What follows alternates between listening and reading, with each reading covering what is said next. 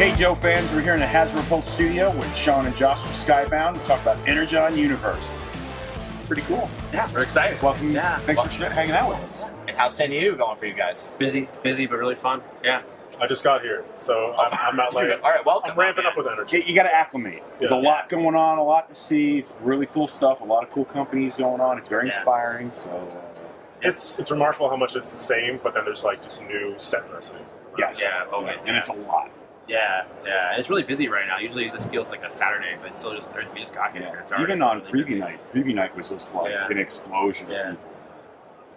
People are loving G.I. Joe stuff. Yeah. So Have you taken have you swung by? I just walked by. I saw the Python out there. Just oh yeah. Joe. So very awesome. Yeah. Very excited. He sent me a picture of it this morning, and I was like, hell yeah. I'm very we had to go in on that one. Yeah. So we're trying to ask these guys some questions for real. Yeah. What do you got? Right. Let's talk about G.I. Joe. I'll start about first. some comics. I'll start first. Yeah. I'll start first. So, what was your first memory, both of you guys, toy, comic, cartoon, that really stuck with you, and you wanted to sneak it in to the books? Oh, I mean, it's the opening, like the opening song, the whole thing, like the opening of the cartoon. I think that's the thing that I remember the most. And it's like, even when we started working on the book, I would just watch those, like for each season, you know how it would change. Yeah. So it was like I would watch those. And I think it's one of the reasons why when we got to the movie, when it was the Cobra version, it was so powerful. Yes. Even now to this day, whenever I send the scripts to the artist, at the very beginning is like, it's like, make sure that you get those intros. That energy was what I wanted. I wanted energy from those intros. So that's the thing, is my first memory of it. But yeah, I try to sneak in. I mean, even on there are times in the first issue that there's like a little bit of dialogue stuff that sometimes will reference the song and stuff like that. Yes, I definitely sneak that's in. I mean, awesome. I always want to sneak in as many Easter eggs as they will allow me to do. That's awesome. That's the wild part about G.I. Joe, is that you can pull from the animation, you can pull from the toy. There's just so much lore to pull from. Like, how do you guys? I mean, that's been the goal from the beginning. Was when Robert put together the vision. It was like, let's pull from everything. Like, let's start with the animated series for both Transformers and G.I. Joe, because that's what most people remember.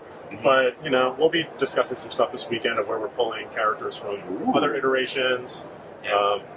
So that's part of the fun, is keeping people guessing. I mean, my aversion to Easter eggs is making sure that they're actually leading to something and not just something for a week for the fans. So that's where I usually push back. Holding it together. It's gonna, it's gonna make sense, because we're building like a man. decade long plan, and like I want to make sure that if we say someone's name, you're like, wait, do we have a plan for that person? Yeah, exactly. Do we know what they're doing? Nothing is ever thrown away. There is a plan for everything we do. If we do reference something, it's because we know something is coming down the line. That's awesome. We do pull from stuff. I mean, like a lot of times I do pull from the cartoons and the toys, and we're always inspired by the toys you guys are putting out there. But there are times there's a character coming up in the book. I don't want to spoil it right now, but there's a character coming up in the book so that we've talked about. Oh yeah. So then I went and I was reading all of their appearances in the comics, every single one. That's awesome. And then finding stuff I actually didn't know about or I forgot about, and being like, oh, I want to put that in the series. Like, that was a character thing that I forgot about. So. That's like the fun part about Joe, is doing the research and all the iterations of that character. I mean, Snake Eyes is 52 different versions. Seeing how people handle them, how other designers handle them, how it showed up in different content. It's like, there's so much to pull from. That's like, can I talk about Major Bludd's bad poetry? I thought you were going to say, can I talk about Snake Eyes? No, my God. Who's Snake Eyes? We're in trouble. No. Everybody's got to hear about Snake Eyes constantly. we have Major Bludd in the book right now, and when you look at his file card, he wrote bad poetry. So I made a point to have Major Bludd. He recites a whole poem. Let me tell you something. It was really hard to write a bad poem. Like, it took me like a week to be like, this has to be bad, right? But I don't want to be that kind of bad. I still want to be good. It wasn't in the script, and then I read like the lettering draft, and it wasn't in there. And then finally we got it, and I was like, this better be good, because we don't have time. And I was like, I just started laughing at the first time. So bad it's good. It's so in character. You're like, this is what this guy would think. It's deep. But that was the point. I didn't want it to be just a poem. It had to be a poem from How about Major you recite some of it? The most I can remember right now is he basically says, he's talking about Baroness. It's a poem about Baroness. Okay. And so he says, she's the assassin who used to wear black hue, but now she hides behind the red, white. That was one of them. So you know what I'm saying? I teared in my eye. It took me a lot longer than I thought I was going to write it. Did your daughter ghostwrite this for you? No, I wrote it myself. Let me tell you, I woke up really early one morning and I was like, I am writing a Major Bludd poem, and we're doing this today. Without coffee? You just went right in? Oh, no. I had coffee. I sat there, we're doing this. So things like that. It was like, you look at the file card and it says Major Bludd, writes bad poetry. So I'm like, well, I got to write a bad poem. So things like that. We try to find as much as we can. That's awesome. Character moments, things like that. Again, there's just so much to pull from. Yes. The file card, the toy, the animation. Yeah. It's crazy. All right. So when Lenny's designing these action figures, he puts in a lot of creative weaponry, accessories, things like that. So I've got a two-part question for you. First, would you rather be drafted by Cobra or G.I. Joe? And then secondly... Joe. I'm just Joe? Oh, just straight Joe right off the top. I'm a Cobra guy, I guess. I can tell. We've had this. I don't trust him. I'm just thinking of the real-world implication. The real-world implication. Drafted by a Cobra. It's a heavy question if you think about it. Yeah, he didn't think about it, so he is more Cobra than me. Yeah, no, but I've always been a Cobra guy, I guess. So, Cobra Kai is my favorite characters of all time. Yeah. And I know tech is a major focus, especially in Volume 1. So what would your iconic weapon be? Oh, man. I feel like one of the weapons in my head right now that you designed recently that was really, really cool is going to appear in the book in a few months, but I can't say what it is without spoiling something from the book. It was something you designed. I want to know. I'll tell you later. But you designed something really, really cool, and we have a moment where that character uses it in like a big way. So I don't want to spoil what it is, but yeah, it's something I have it. It's one of the figures that I have on my desk. I'll say too much. I'll want to ruin something. Way to kiss up. It's really, really. What am I gonna do? One of my favorite weapons for a G.I. Joe character growing up was Captain Gridiron's. Yes. Rocket launcher. So I would love to see somebody. I would love to see your take on it. I feel like a football would really hurt if shot at supersonic speed. Well, he had the grenades, and then he had the long. Right, there were rockets on top of the side now, right? Yeah, it was a wild. It was a wild one. Yeah. I always enjoyed the Heat Viper with the Heat Viper's awesome. With the rock. The rock. It's like, dude, you're walking around with live rounds on your ankles. You're asking for it, brother. And one of my favorite moments in the book was, I think it was Ripper's introduction, and he comes in with the Jaws of Life. Oh my God, yeah. And he just smashes the front end of that car, and that was amazing. We have to give credit to Tom Riley because we gave him a list of characters and just said, hey, and then he came up with signature weapons. Yeah, he really put a lot of thought. Additional applications to them and the scheming. I mean, he's an amazing, basically first pass on everything. We're that's. Yeah. There was two characters which we asked them to have less flesh. Oh my God. The Crimson Twins. I was going to say who? Had more wrestling type gear, so their thighs were exposed. There was a lot more thighs. Rippling. It was too much. Yeah. Sometimes you got to pull back. Yeah. But he really puts a lot of thought into everything he does on the designs and stuff. And he designs the weapons, especially because part of the G.I. Joe universe is because of the impact of Energon. Yeah. He really puts a lot of thought into, if they were using this. So we've talked about the Energon is why they had the laser guns and stuff. So it's it's crazy. When he turns the designs in, he always has a thing on the side where he explains what his thinking. Oh, that's awesome. And every time you see it, you're just like, yep. He really puts a lot of thought into Just yesterday, we have an upcoming issue with a character that hasn't been introduced, and they had a day job in a business. Tom designed the logo for the business. That's awesome. It's just, we never would have asked him to do that. Are we going to see that business? Yes. Yeah, that's awesome. It's issue 18. Oh yeah! Oh my God! Yes, dude. I think 18. It's issue. It's issue 18. Yeah. Yes, that cover is awesome. Yeah, it's real. Listen. When you see it, you're gonna want to make it. Dude, that's awesome. We're talking about issue 8. Are we on issue 9? Yeah. Yeah, we think that's where we're at. I can tell you issue 50 right now. Yeah, I can tell you 30. We know this stuff. We really put a lot of thought. I gotta take a pause. The passion that I'm feeling from you two is incredible right now, and it's awesome to see it, and it comes across in the books. Well, very strong. I think on our calls, our business calls, I try to be as professional as possible. I can tell. Like, this guy's professional. I'm not. I'm like, can I have the toys, please? Can I have the figures, please? I saw there's a pre-order for this one. Can I just get that one? So he's more professional. Make it happen. I'm like, I would like this. I would like this one, please. Yeah. Like corporate, make it happen. No, but it goes through a good brand feedback loop where once we were pitching for the comics in the first place, digging into what you all were doing, Classified had just been released, and it's these are really interesting. Awesome.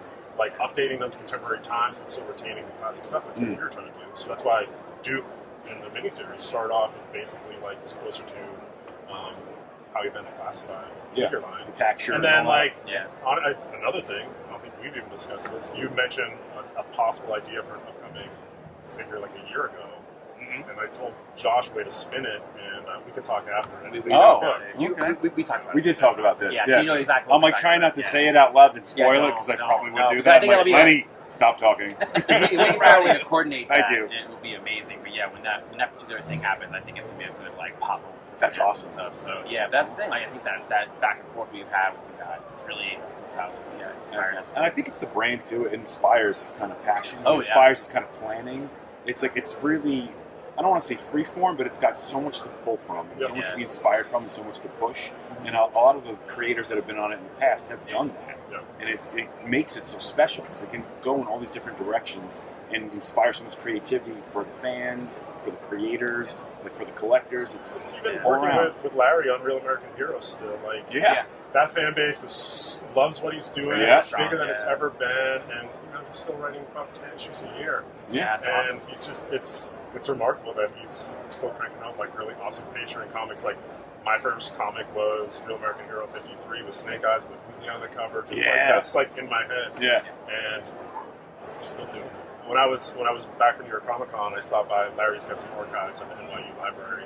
I was going to go through and see like all his process stuff and see if there's something that we could do for potential future collections. But yeah, it's inspiring that people that have worked in the brand for 40 years are still involved. People that grew up on the brand are still working on it. So yeah, there's a reason why Josh and I are here, and then like Robert and Daniel will be talking Transformers. Like, that's literally how it breaks down. Gotcha. Well, I remember, I don't know how many years ago was you called me and we were just talking about the idea of doing projects and dream projects, and I remember you asking some dream projects, and you were asking kind of leading questions because you were already thinking about this, but I said even then, I was like, oh, G.I. Joe's one of them, and I think you were like, oh, interesting, because he already knew, like, he was already putting G.I. Joe has an effect on people. For a while ago, maybe 8 years ago now, we were brainstorming brands and stuff like that, and my VP at the time was like, which one should we do? I'm like, do G.I. Joe. It was like G.I. Joe. The other one, don't think of one. Like G.I. Joe. Even when you're talking to people on the con floor, and they can recognize the passion that me and Lenny have for the product and the brand, and then I always end up bringing up the Energon Universe, the comics, and like, it's that same fandom that they express that you guys have as well. It comes through the book. It is interesting though, because it is very much like which age you were in, or like you know, the people that were there for original 13. Like, there's sort of like, I got like 3 years, and that's then it got too sci-fi. Whereas, I would watch Sergeant Slaughter intro, each installment of the movie, and I was just like, this is what I love. That's how we almost like siphon the brand a little bit. It is a different experience for different generations. And it's like, how do you make Classified was kind of born out of that? How do you make an experience that multiple people, multiple generations could enjoy? Right? So let's get into some more questions, I think, for this guys. Yeah, let's do it. Let's see, what's next? Is that scripted? Tony points to cue card. Let's do it. All right, I got one for you guys. You just got to answer this. So, whose file card did you obsess over as a kid? And with that, one of the characters you guys have introduced to the line, who would you like to see on a file card? Oh, those are your juice, like a new character? Yeah, who would you want to see the file card of? I want Risk, because he's our new Risk. A file card. We definitely, when we were developing, I was thinking about what his file card would be and his character a bit. He's definitely someone with that. I mean, when it comes to other file cards, the ones, I would look at the original 13 a lot, but I love the Snake Eyes one. Clutch, Clutch is one of my favorite characters. I think some of my love of Clutch came out of his file card. So I love Clutch. File card, maybe Shockwave, something. Oh, okay. His my dad was a state trooper, so maybe it was just the cop aspect of it. But I don't know. He just looked mysterious. He had like that hat. I don't know. He's a cool figure too. I have him. And then Chameleon. Dude, I love Chameleon. She's cool. We have not been able to work her into the series as much as I think she deserves, and we actually have some plans in the upcoming year. We got some stuff. Such a striking design, though. It was. Yeah, she's great. I mean, the development of that character was we were looking for female characters to put into Destro, and we have our consultant, who is one of Josh's friends, Jason, and he was like, "Well, there's this character, Astoria Carlton Ritz, in the animated series." We're like, we can do something with her, and then we started marrying that with the Chameleon concept, and then we're like, let's push her into being something new and not just a Baroness lookalike. It made no sense. And then when Tom came on and gave her a redesign for Joe, we're like, oh this is like... She's gonna be, I feel like she's gonna be kind of become more important over the next couple of years. So she's going to be Yeah. into stuff. I don't know. We have plans. We have plans for her. So yeah, Awesome. Issue 100. cool stuff. Yeah, that you're working on. 153. Well, like issue 19. Snake Eyes. So, yeah, we have some. Yeah. Don't do that. Don't do that. You're gonna make people think that's real. Don't do that. You're gonna riot. Yeah. No, but yeah, she's a really cool character. We do have some cool stuff planned with her that'll come up eventually. We're gonna slowly start building her up more and more. Some cool stuff. That's awesome. There's a wealth of characters, and to properly set up the characters the way that we're doing, like we need to take our time. So it's like Cobra Commander and Duke, it's basically a Cobra Commander Duke series in that first arc. Yeah. Here. Oh, yeah. And then the second arc, we have Cover Girl, Baroness, and Major Bludd, and like that's why it's easy to get to 100 issues planning because we're like, oh yeah, and then Snake Eyes comes in at 101. So, There it is. That's not a quote. No, it is. Around. Yeah. Maybe. Perhaps. Yeah. This one was written down for me. Yeah. Oh, okay. They're all written Someone down told for you us. not to do Spoiler that. Someone told me I alert. had to do this. But I did like the question. So whoever wrote that, Good kudos. job. Nice job. What's the most difficult thing about making sure that G.I. Joe, Void Rivals, and Transformers, I know it's shocking, Okay. stories feel both connected and yet distinctly their own? That's a wild one. Well, they're all serve different purposes in the universe. G.I. Joe is ground level, sets up G.I. Joe and Cobra. So very human. Transformers are an alien life form coming to Earth, interacting with humans, focuses mostly on the robots, but that's it. And then Void Rivals is everything outside in space, a mixture of aliens and a little bit more fantastic. So there are 3 completely different flavors, and if we were to expand Energon Universe, we have to make sure that whatever we're introducing feels distinctive. You will eventually see characters from one series cross over into other ones, but yeah, they each have to have their own long-term story objectives. Sure. And we got together recently to kind of plan for the next couple of years, and it's very cool to see all of these threads that we've been planning for a couple of years come together. And our test is if we all get excited and pumped, then we think it's going to work out. That's awesome. It's the Neapolitan ice cream of comics. It's layered. Right? Sometimes You you could get not have said it strawberry better. and we All get- the flavors are good. Oh my God. Like a little chocolate. This guy got a way to put it. He puts it great. Yeah. So I got another Thank you. question for you. Sure. So That wasn't on the card.